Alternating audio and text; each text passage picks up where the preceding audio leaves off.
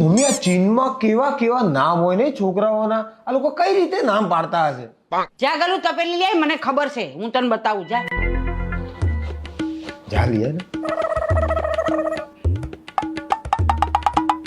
લો mummy આ તપેલી. ખબર નહીં તમે આમાં કેમનું કહેશો.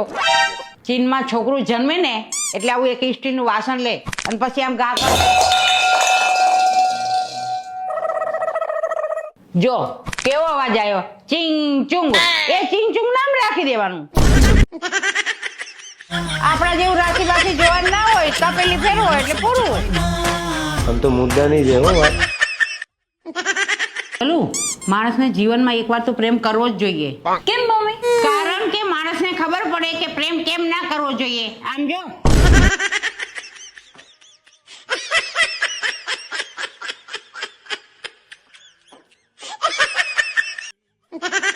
આજે 21 દિવસ થઈ ગયા તમે મને પાણીપુરી ખાવા નથી લઈ ગયા. મને પાણીપુરી, સેવપુરી, દહીંપુરી, રગડાપુરી બધું ખાવાનું મન ના થતું હોય. ક્યારેક પૂછું મને. માર સાસુમાર ફોન શાંતિ રાખ. હેલો. હેલો, હા જમાઈ, કેમ છો? મજામાં ને? હા મજામાં હો. પાછી કરો મમ્મી. એ ભલે ભલે હો, સદાય સુખી રહો. કેમ પાછી લઈ જાઓ હો?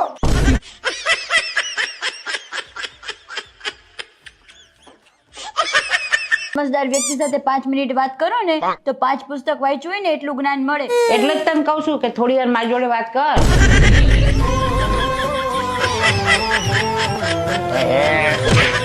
આ જો તો ખરી, પહેલાના સમયમાં કેટલા જલ્દી જલ્દી લગ્ન થઈ જતા હતા, બાલ વિવાહ થઈ જતા હતા. હા, અને અત્યારે એટલા મોડા કરે ને કે માથામાં બાલ વહી જાય, ત્યાં લગી લગ્ન નથી કરતા.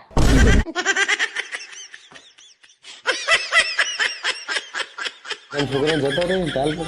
તમારા બાપુ છોકરાની મામા છોકરાની જાતા છોકરા બધાને નીકળી ગયા છે. આ વાળ કેટલા વધી ગયા છે, કપાઈ આવો.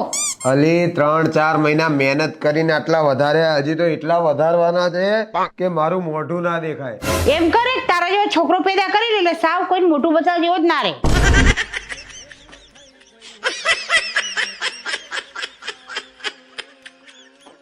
ચલ બેટા સ્કૂલે તો જવું પડે. ચલ બેટા સ્કૂલે જવાનું હોય. ચલ. અરે જા બેટા, રોઈશ નહીં. હાવજ ના છોકરા રોવે નહીં. તો આવવાના છોકરા કોઈ સ્કૂલે ના જાય હો. લઈ જાઓ જલ્દી જા. હે ભગવાન, તું મને દુઃખ દે, દર્દ દે, કષ્ટ દે, બધા સમસ્યા દે, જીવનની તકલીફ દે. લે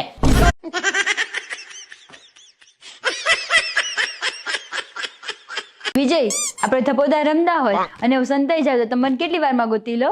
ઈ તને ગોતવા જ ના આવે.